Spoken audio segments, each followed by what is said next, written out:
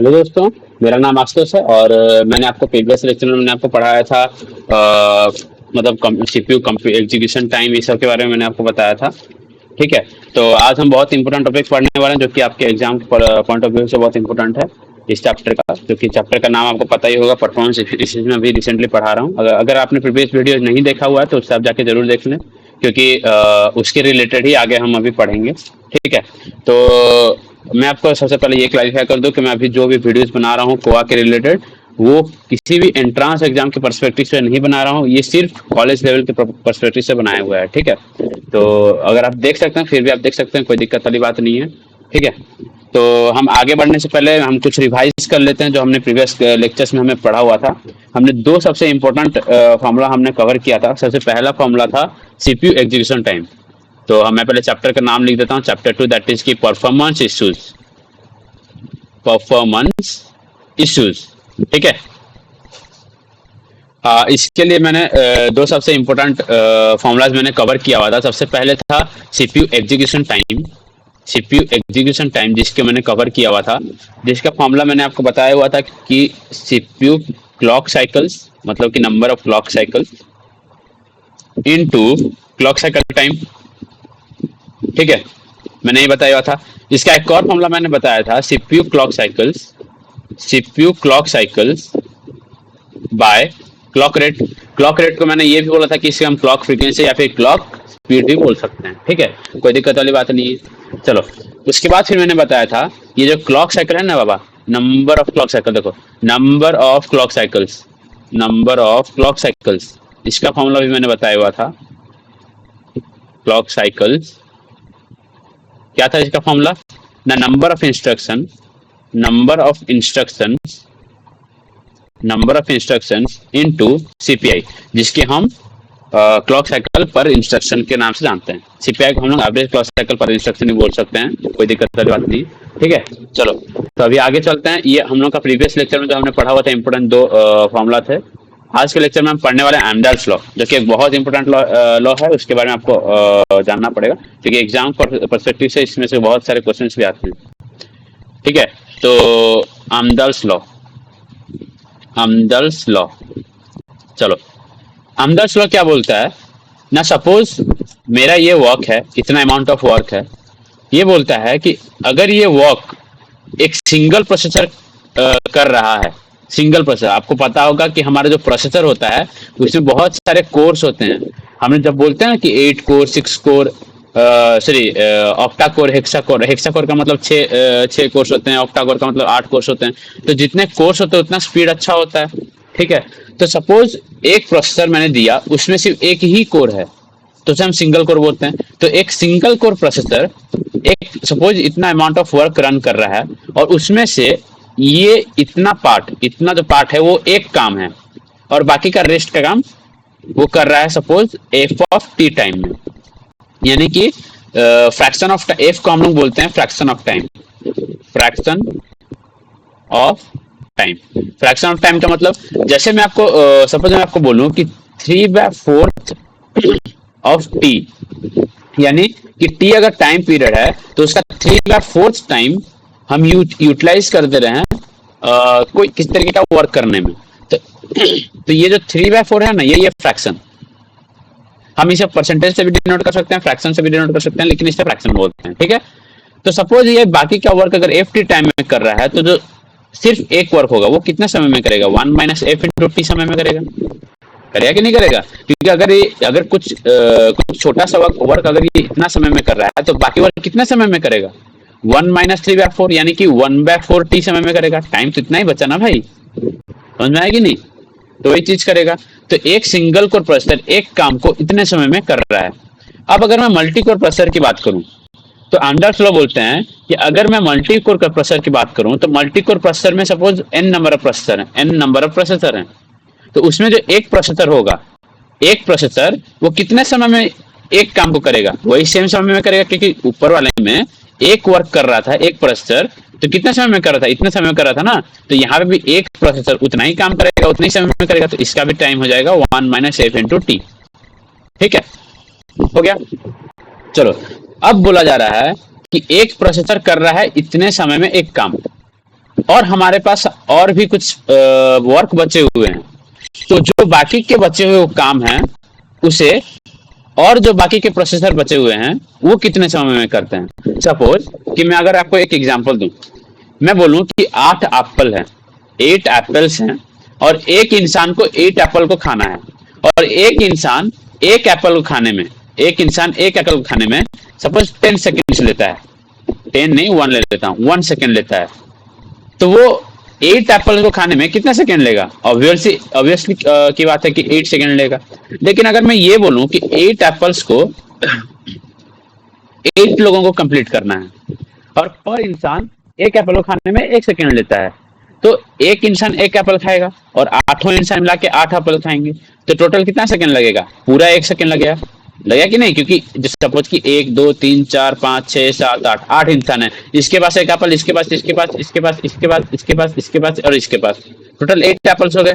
अब सारे एक एक एप्पल खाएंगे, तो जब साइमल्टेनियसली एक एक एप्पल खाएंगे तो कितना समय लगेगा, 1 सेकेंड लगेगा कि नहीं, क्योंकि एक इंसान को एक एप्पल खाने में 1 सेकेंड लगता है।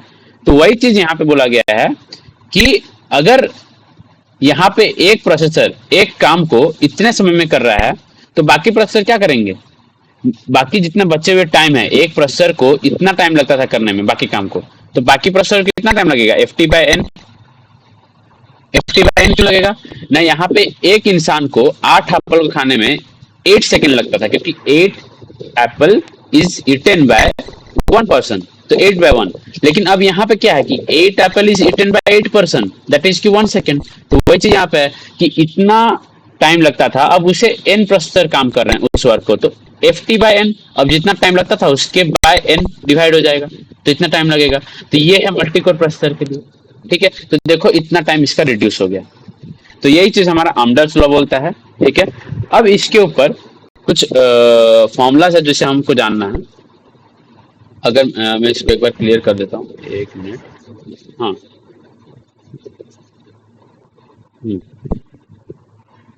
चलो।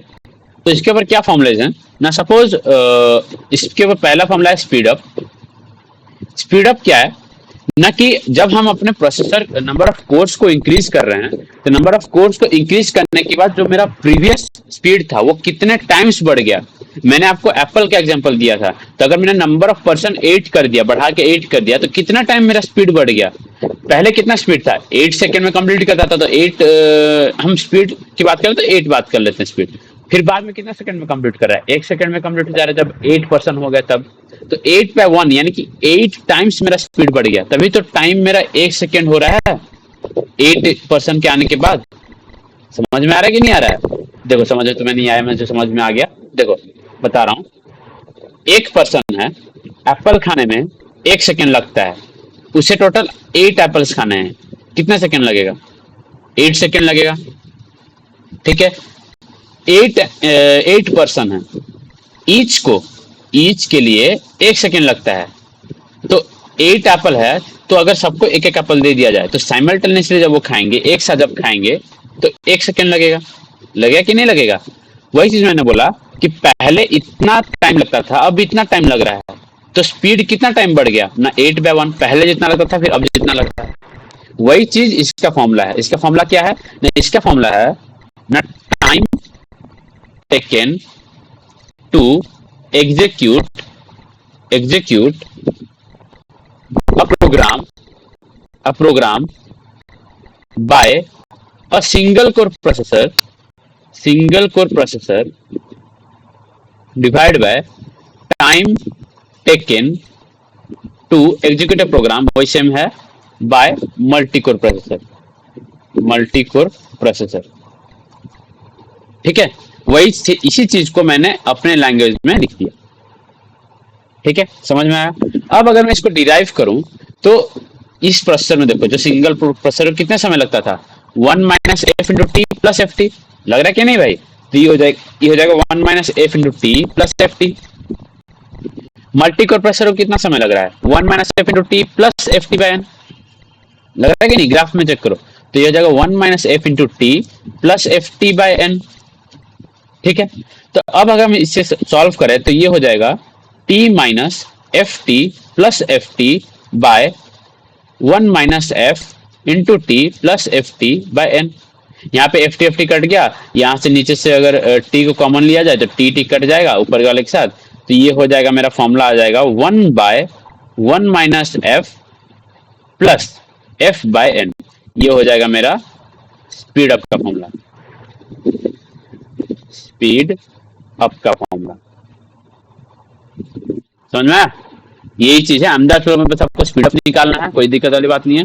अगर आपको ओवरऑल स्पीड अप भी बोला जाए तब भी आप यही फॉर्मूला पुट करके निकाल सकते हैं, क्योंकि ओवरऑल स्पीड अप का फॉर्मूला है। सपोज अगर मैं ओवरऑल स्पीड अप की बात करूं, overall speed up, overall speed up, तो उसका फॉर्मूला होता है 1/1 minus F plus F by S U F. S U F यहाँ पे जो मैंने एस यू एफ लिखा, इसे हम बोलते हैं speed up after enhancement, speed up after enhancement,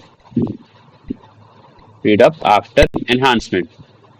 ठीक है, इसका मतलब क्या होता है ना, जब हमने कोर्स को बढ़ा दिया, जब हमने अपने प्रोसेसर को एनहांस कर दिया, तो एनहांस करने के बाद उसका स्पीड कितना टाइम बढ़ गया, उसे बोलते हैं स्पीड अप आफ्टर एनहांसमेंट। तो हमने ओवरऑल स्पीड अप भी निकाल दिया। ठीक है, चलो ओवरऑल स्पीड इसके जगह पे आप एन भी पुट कर सकते हो, क्योंकि हमारे कोर्स में अभी सिर्फ एन के लिए है, तो आप एन के लिए याद रखना। ठीक है, चलो इसके बेस पे एक क्वेश्चन कर लेते हैं, फिर मैं आपको एक क्वेश्चन आपको खुद करने के लिए भी दूंगा, प्रैक्टिस करने के लिए। सपोज मैं अगर पहले क्वेश्चन की बात करूं इसके बेस पे, तो मैं अगर आपको बोलूं कि what will be the overall speed up, what will the overall speed up when n equals to 10 and f is equals to 0.9। यानी कि मुझे नंबर ऑफ कोर, यानी कि नंबर ऑफ कोर्स मुझे 10 दिए हुए हैं, और मुझे फ्रैक्शन दिया हुआ है 0.9, फ्रैक्शन ऑफ टाइम, मुझे निकालना ओवरऑल स्पीड अप। तो मैंने आपको जैसे बताया हुआ था, ओवरऑल स्पीड अप का क्या फॉर्मूला था। ओवरऑल स्पीड अप, आप वीडियो को प्लेबैक करके देख सकते हैं कि ओवरऑल स्पीड अप मैंने बताया हुआ था क्या ना, 1/1 minus F into plus F by N. ठीक है, तो इसके जगह पे पुट करो तो ये हो जाएगा 1/1 माइनस एफ, यानी कि 1 माइनस 0.9 कितना हो जाएगा 0.1, प्लस एफ कितना है 0.9 डिवाइड बाय 4 है 10, ये हो जाएगा 1/0.09 plus 0.1 that is equal to 5.26 निकलेगा आपको। ठीक है, तो आप ये चेक कर लीजिएगा। उसी तरीके से मैं अगर आपको एक और क्वेश्चन दूं, मैं अगर आपको बोलूं कि सपोज, इसे आप खुद ट्राई कीजिएगा। ठीक है, question 2, what fraction of execution time involves in a code that is parallel to achieve overall speed up of 2.25, assume n equals to 15। तो ये हमें बोलता है कि हमें कौन से, मतलब कि मेरे प्रोसेसर का फ्रैक्शन ऑफ एग्जीक्यूशन टाइम कितना होना चाहिए ताकि मेरा ओवरऑल स्पीड अप इतना हो और n 15। ठीक है, तो आप ये खुद से ट्राई कीजिए। हमें सिर्फ पूछा है, स्मॉल f पूछा है, ओवरऑल स्पीड अप दे दिया गया है, n भी दे दिया गया है, तो उम्मीद है भाई आप कर सकते हैं। ठीक है, चलो मैं आगे बढ़ता हूँ, क्योंकि मैं अभी ज्यादा टाइम वेस्ट नहीं कर सकता, क्योंकि अगर ज्यादा टाइम वेस्ट करेंगे तो उतना ही आपका लेट होगा। ठीक है, चलो अभी चलते हैं मिप्स रेट के ऊपर। मैं ज्यादा से ज्यादा टॉपिक जल्द कम से कम टाइम में कवर करने की कोशिश करूंगा। ठीक है, बने रहिए बस। मिप्स रेट क्या होता है ना, मिप्स रेट को हम लोग ये भी बोलते हैं, मिप्स का मतलब होता है मिलियंस ऑफ इंस्ट्रक्शन, एक मिनट, मिलियंस ऑफ इंस्ट्रक्शन पर सेकेंड, इसे हम बोलते हैं मिलियंस ऑफ इंस्ट्रक्शन पर second. Millions of instruction, मिप्स rate को हम लोग एग्जीक्यूशन रेट भी बोल सकते हैं। एग्जीक्यूशन रेट कभी आपको पूछा जाए तो एग्जीक्यूशन रेट, ये क्लॉक रेट नहीं है बाबा, इसके साथ कंपेयर मत कर देना, ये एग्जीक्यूशन रेट है। ठीक है, तो इसे हम एग्जीक्यूशन रेट भी बोल सकते हैं या फिर मिप्स रेट भी बोल सकते हैं। नॉर्मली हमें मिप्स रेट पूछेगा तो इसको याद रखिएगा। ठीक है, मिप्स रेट क्या होता है ना, ये एक तरीके का मेजर है प्रोसेसर के स्पीड को कंपेयर करने के लिए। ठीक है, तो हम मिप्स रेट को कैलकुलेट कैसे करते हैं ना, मिप्स रेट का फॉर्मूला होता है, MIPS rate will be equal to IC by T into 10⁶। यहाँ पे IC क्या है, आईसी है number of instruction, number of instructions. अगर आपको स्पीड ज्यादा लग रहा हो तो आप स्लो भी कर सकते हैं, कोई दिक्कत वाली बात नहीं है, आपके पास ऑप्शन जरूर होगा स्लो करने का। ठीक है, तो आईसी नंबर ऑफ इंस्ट्रक्शन और टी है मेरा टाइम पीरियड, टाइम पीरियड। ठीक है, चलो हम अब इसे एक और फॉर्मूले में भी तब्दील कर सकते हैं। कैसे ना, आपको एक चीज पता होगा कि जो इंस्ट्रक्शन काउंट है, इसका एक कहीं पे मैंने फॉर्मूला बताया था इंस्ट्रक्शन काउंट के लिए। कहां पे बताया था मैंने बताया था कि number of clock cycles will be equal to instruction count into CPI, मैंने बोला था। तो इससे आईसी कितना आ जाएगा, इससे आईसी आ जाएगा आपका क्लॉक साइकिल को मैंने अगर सीसी लिखूं, ठीक है, तो सीसी बाय सीपीआई। ठीक है, अब मैंने टी के लिए एग्जीक्यूशन टाइम के लिए एक फॉर्मूला बताया था। तो एग्जीक्यूशन टाइम के लिए आपको याद होगा कि execution time T is equal to clock cycle को मैं सी लिख देता हूं, number of clock cycle into clock rate. ठीक है, क्लॉक रेट को मैं अगर सी आर, फ्रीक्वेंसी के लिए एफ लिख देता हूं। ठीक है, क्लॉक फ्रीक्वेंसी बोल सकते हैं तो एफ लिख दिया मैंने। इससे एफ क्या इससे टी क्या निकल के आता है ना, सीसी इंटू एफ, है कि नहीं। चलो एक मिनट, बाय क्लॉक रेट है, मैं यहाँ पे गलत लिखा, by clock rate by frequency. ठीक है, अब हम अगर इसे पुट करें, ये दोनों चीज को अगर मैं यहाँ पे पुट करूं तो मेरा मिप्स रेट निकल के आता है, MIPS rate will be equal to, हाँ तो एक मिनट, तो मेरा मिप्स रेट निकल के आता है, आईसी के जगह पर मैं अगर पुट करूं तो C C by CPI, clock cycle by CPI by C C by F into 10⁶। तो ये कट जाएगा, सीपीआई नीचे आ जाएगा, एफ ऊपर चला जाए, तो ये हो जाएगा एफ बाय सीपीआई इंटू 10⁶। तो ये मिप्स रेट का एक और फॉर्मूला है, इसे भी आप याद रखना। इसके बेस पे मैं आपको एक क्वेश्चन भी करके दिखा देता हूँ।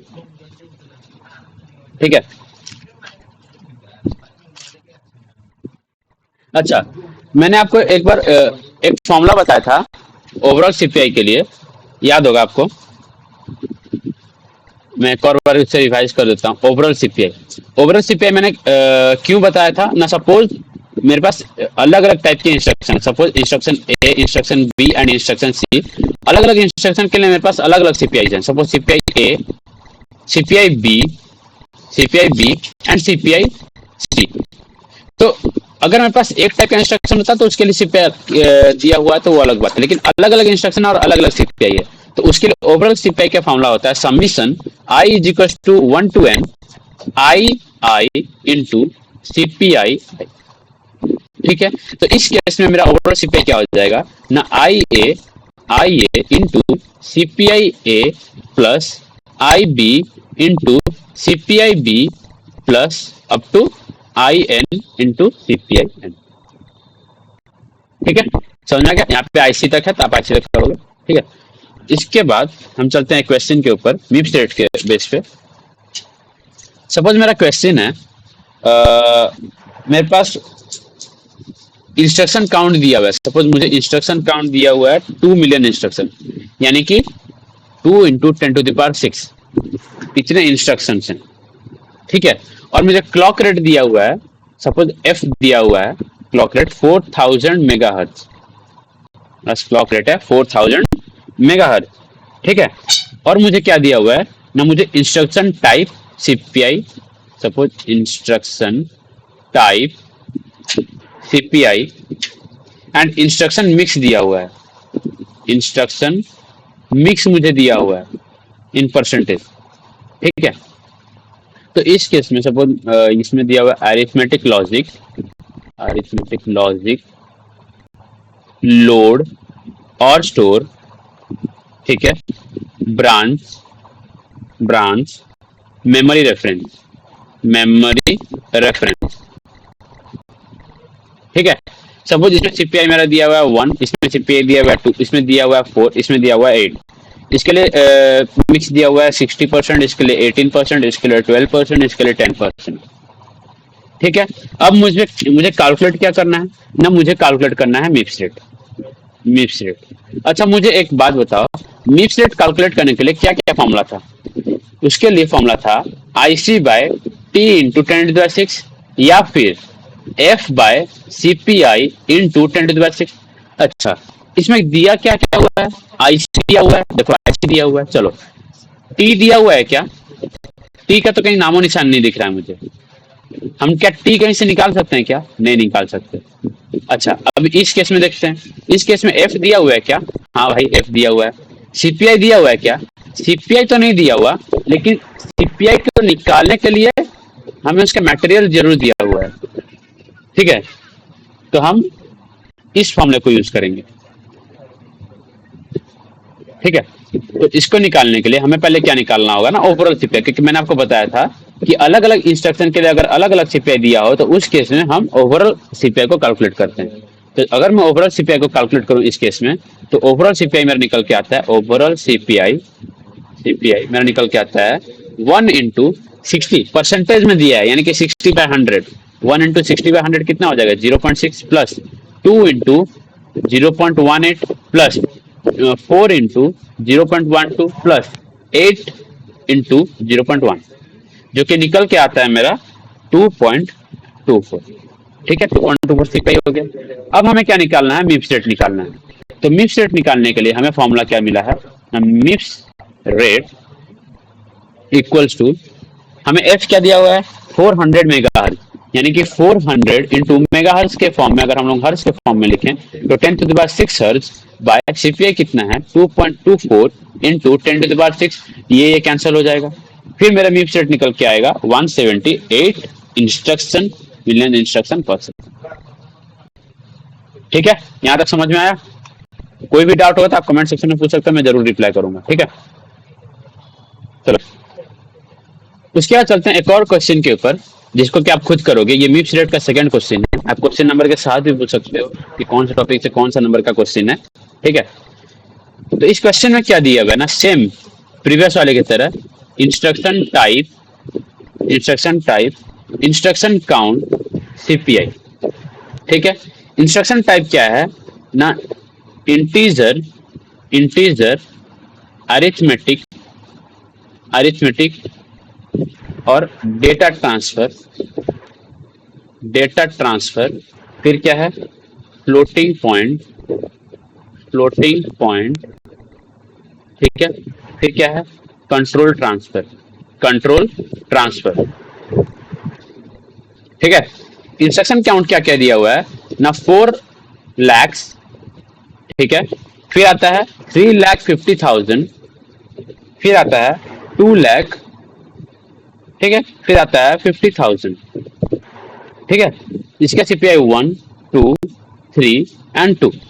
चलो, इसके लिए क्या पूछा है ना? आपको क्वेश्चन मिलता है ना, सपोज आपको निकालना है इफेक्टिव सीपीआई, इफेक्टिव सीपीआई, और क्या निकालना है ना? मिप्स रेट, मिप्स रेट। ठीक है, और एक चीज आपको दिया हुआ है कि F इक्वल्स टू 200 मेगाहर्ट्ज। आप इसे ट्राई करें, नहीं होता है तो आप नेक्स्ट लेक्चर में जरूर पूछेगा, मैं आपको बता दूंगा। ठीक है, चलो फिर चलते हैं नेक्स्ट टॉपिक के ऊपर, जो कि है मीन। ठीक है, नेक्स्ट टॉपिक है मीन। एक बहुत अच्छा सा टॉपिक है। ठीक है, जिसमें से भी बहुत बहुत इंपॉर्टेंट टॉपिक भी है, जिससे कि क्वेश्चन आते हैं डायरेक्टली। तो आप इसको भी अच्छे से कवर करके जाइएगा। नॉर्मली ये चैप्टर आपका सिर्फ मुझे जहाँ तक ज्ञात है कि इसमें आपका ज़्यादातर प्रॉब्लम्स ही आएंगे। अगर थोड़ा बहुत थ्योरी आएगा तो वो थोड़ा बहुत पूछेगा, नहीं तो फिर सिर्फ प्रॉब्लम्स आएंगे तो आप प्रॉब्लम्स भी करके यहाँ तो आपका अच्छे से कवर हो जाएगा। ठीक है, तो मीन तो आपका देखो 3 प्रकार का मीन होता है। पहला होता है अरिथमेटिक मीन, अरिथमेटिक मीन। फिर होता है हार्मोनिक मीन, हार्मोनिक मीन। फिर होता है ज्योमेट्रिक मीन, ज्योमेट्रिक मीन। ठीक है, इतना होता है। अच्छा, अरिथमेटिक मीन क्या होता है ना? अरिथमेटिक मीन भी एक तरीके से हम मेजर भी बोल सकते हैं। ये जो मीन है ना, हम इस तरीके से एक मेजर भी बोल सकते हैं कि हम प्रोसेसर को कंपेयर कर सकें कि कौन सा प्रोसेसर कितना बेहतर है कि नहीं, कौन सा प्रोसेसर किससे कितना बेहतर है। ठीक है, तो अरिथमेटिक मीन हार्मोनिक मीन और ज्योमेट्रिक मीन ये तीनों फिर अलग अलग कैसे हैं ना। जो मेरा अरिथमेटिक मीन है, अगर हम अरिथमेटिक मीन को कैलकुलेट करें तो अरिथमेटिक मीन जब मेरा एग्जीक्यूशन टाइम होता है, execution time execution time arithmetic mean मेरा एग्जीक्यूशन टाइम के फॉर्म में पूरा एक्यूरेट रिजल्ट लाके देता है। लेकिन जो हार्मोनिक मीन होता है वो मुझे एग्जीक्यूशन रेट के तौर पे एक्यूरेट रिजल्ट लाके देता है। और जो ज्योमेट्रिक मीन होता है ये एक तरीके से हम बोले तो कंसिस्टेंट रिजल्ट देता है, कंसिस्टेंट रिजल्ट। ठीक है। ज्योमेट्रिक मीन एक्चुअली में हम बोले तो ज्योमेट्रिक मीन के एक कंपैरिजन के बेसिस पे हम यूज नहीं कर सकते, क्योंकि ज्योमेट्रिक मीन एक एक्यूरेट कंपैरिजन नहीं बता सकता। ज्योमेट्रिक मीन एक्चुअली में क्या करता है ना, सपोज मेरे पास एक कंप्यूटर है जिसका स्पीड है सपोज मतलब कि अगर एक प्रोग्राम ने एक कंप्यूटर एक पर्सन ने एक प्रोग्राम को रन किया, उसको रन करने के लिए उसने 1.1 सेकंड लिया, और एक प्रोसेसर है जो कि उसको रन करने में 1.09 सेकंड ले रहा है। तो ऐसा भी हो सकता है कि दोनों प्रोसेसर का कंडीशन कुछ अलग हो। ये क्या पता कि वो प्रोसेसर कुछ पुराना हो, या फिर वो प्रोसेसर में जो पावर लग रहा हो, बैकग्राउंड पावर लग रहा हो वो थोड़ा कम हो, या फिर कुछ भी हो सकता है। लेकिन प्रोसेसर को तो हम इस तरीके से डिफाइन नहीं कर सकते ना कि अगर वो एक समय के लिए इतना टाइम लिया, तो ऐसा भी हो सकता है कि जो 1.09 सेकंड लिया वो मेरा 1.20 सेकंड में ले ले उस प्रोग्राम को रन करने में कभी। तो आप इस चीज को ट्राई करना कि कभी भी कोई भी प्रोग्राम अगर आप रन कर रहे हो गिग्स पर गिग्स में या फिर कहीं पे भी, तो वो जो टाइमिंग होता है ना किसी भी प्रोग्राम को रन करने के लिए, वो हमेशा चेंज होते रहता है। क्यों चेंज होता रहता है ना, वो अलग अलग फैक्टर्स पे डिपेंड करता है। तो ज्योमेट्रिक मीन क्या करता है ना, ज्योमेट्रिक मीन बोलता है कि अगर स्लाइट डिफरेंस है तो मेरा सारे प्रोसेसर बेस्ट है।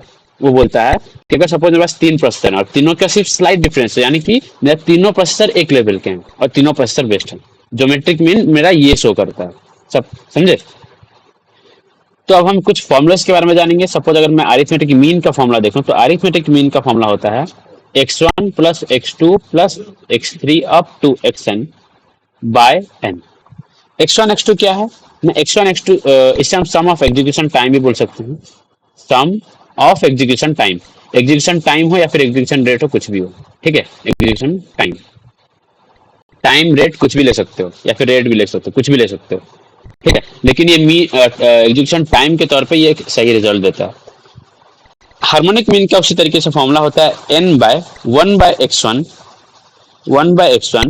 Plus 1 by x2 plus up to 1 by xn, ये इसका फॉर्मूला होता है।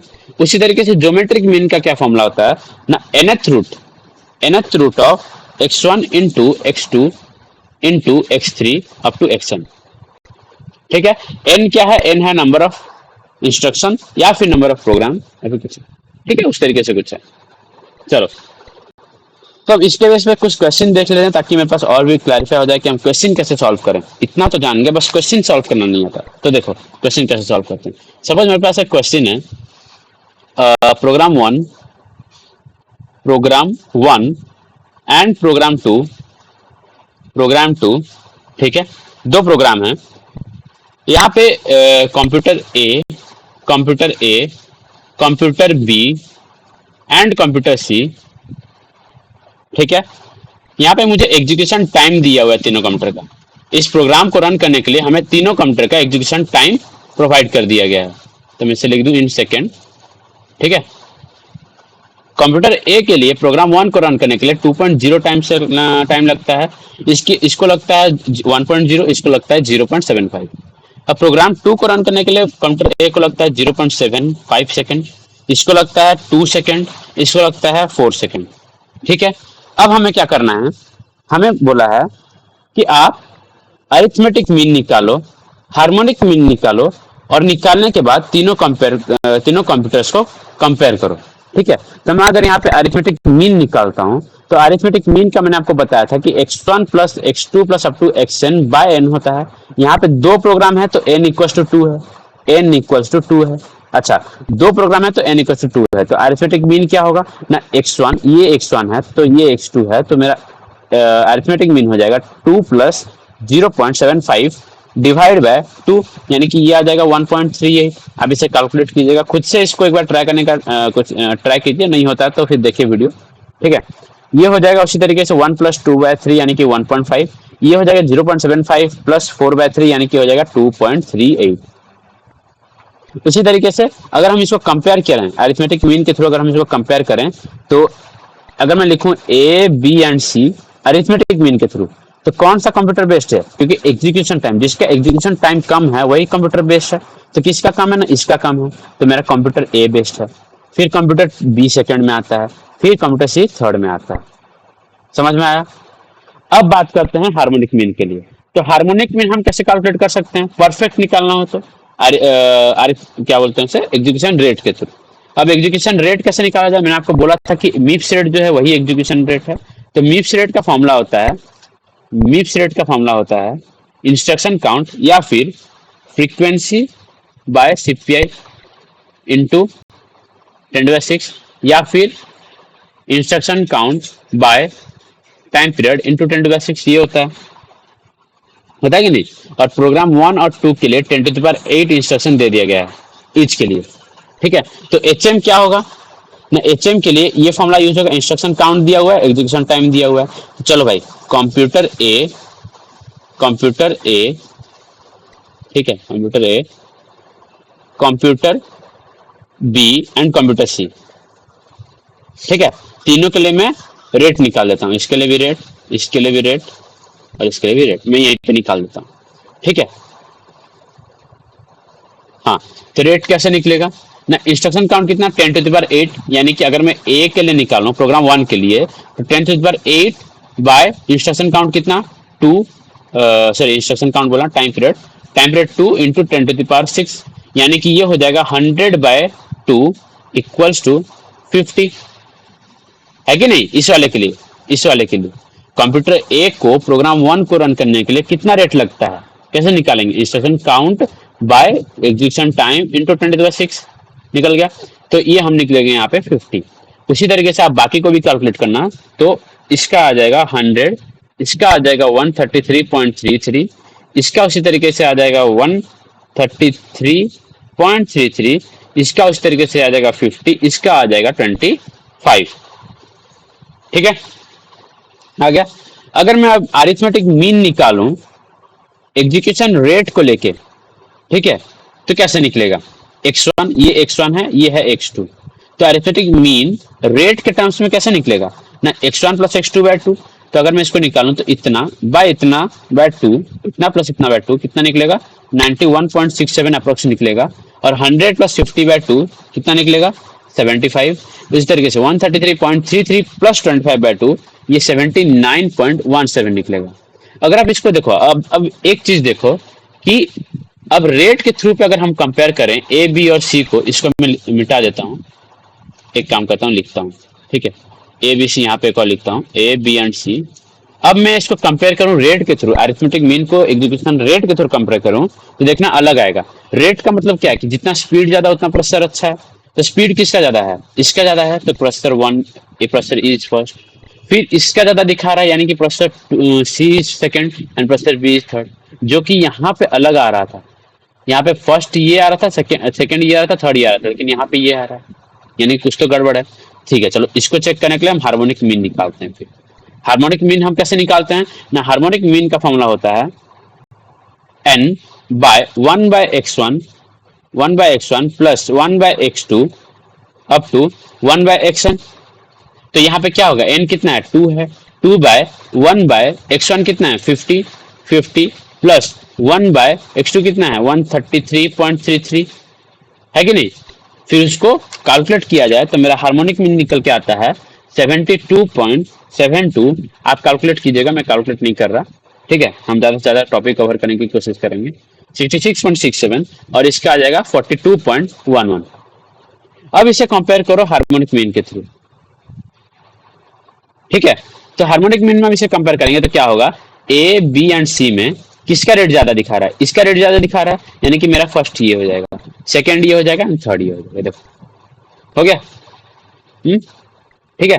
तो अब ये आंसर और इस आंसर को कंपेयर करो, देखो दोनों सेम आंसर आ रहे हैं। तो एग्जीक्यूशन टाइम में अरिथमेटिक मीन एक्यूरेट आंसर दिखाता है, एग्जीक्यूशन रेट के through harmonic mean accurate result दिखाता है। अगर हम दोनों को अलग अलग मतलब कि सपोज मैं हार्मोनिक मीन को एग्जीक्यूशन टाइम से निकाल दूं तो वो गलत देगा, और अरिथमेटिक मीन अगर मैं उससे निकाल दूं रेट को लेके तो वो गलत देगा, ठीक है, समझ में आ गया। चलो फिर चलते हैं ज्योमेट्रिक मीन के ऊपर। ज्योमेट्रिक मीन के ऊपर उसका भी एक प्रॉब्लम देख लेते हैं। सपोज मैंने इसका मैंने एक प्रॉब्लम दिया। सपोज मेरा एक प्रोग्राम वन है, प्रोग्राम वन, एक है प्रोग्राम टू, ठीक है। Computer A, computer A, computer B, computer B, computer C, ठीक है। यहाँ पे मैंने एग्जीक्यूशन टाइम दिया हुआ है, टाइम, टाइम एंड टाइम, ठीक है। चलो अब अगर मैं इस टाइम को टाइम में अगर दे दूं, यहाँ पे 2, यहाँ पे 1.0, यहाँ पे हो जाएगा 0.75, यहाँ पे टाइम है सपोज 0.75, यहाँ पे सपोज टाइम है 2.0, यहाँ पे सपोज टाइम है 4.0। आपको पूछा गया है कि आप निकालो arithmetic mean using execution time and geometric mean using execution time, और निकाल के फिर कंप्यूटर को कंपेयर करो, ठीक है। तो क्या होगा ना, जब हम अरिथमेटिक मीन निकालते हैं, अब हमें निकालना है ज्योमेट्रिक मीन के थ्रू, ठीक है। तो ज्योमेट्रिक मीन हम कैसे निकालते हैं ना, निकालने के लिए हमें पहले किसी भी एक कंप्यूटर को चूज करना होता है और फिर हम रिलेटिव टाइम को कंपेयर करके निकालते हैं। नहीं समझ में आया ना, देखो पहले तो तीनों में से किसी एक कंप्यूटर को चूज कर लो और उसे लॉक कर दो। सपोज मैंने इसे चूज किया, उसे लॉक कर दिया, ठीक है, प्रोग्राम वन के लिए। तब क्या होगा ना, कंप्यूटर ए के लिए जो मेरा नेट टाइम अगर की मैं बात करूं तो मैं कैसे करूंगा, 2.0 बाय जिससे मैंने लॉक किया 2.0 इक्वल टू 1। अब इसका मैंने एग्जीक्यूशन टाइम को रिड्यूस करके कर दिया 1। हम इसे ऐसे इसलिए करते हैं ताकि अगर ज्यादा बड़ा एग्जीक्यूशन टाइम हो तो हमें कैलकुलेशन में इजी हो, ठीक है। बाकी आप ऐसे भी कर सकते हैं, कोई दिक्कत वाली बात नहीं है, लेकिन हम ऐसे नॉर्मली करते हैं, ठीक है। अब सपोज 1 है तो 1/2 ये कितना हो जाएगा, 0.5, ठीक है, होगा।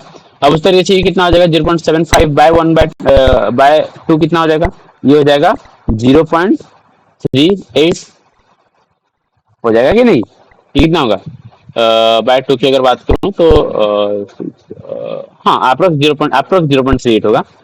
अब इसकी अगर बात करूं तो ये कितना हो जाएगा 0.75।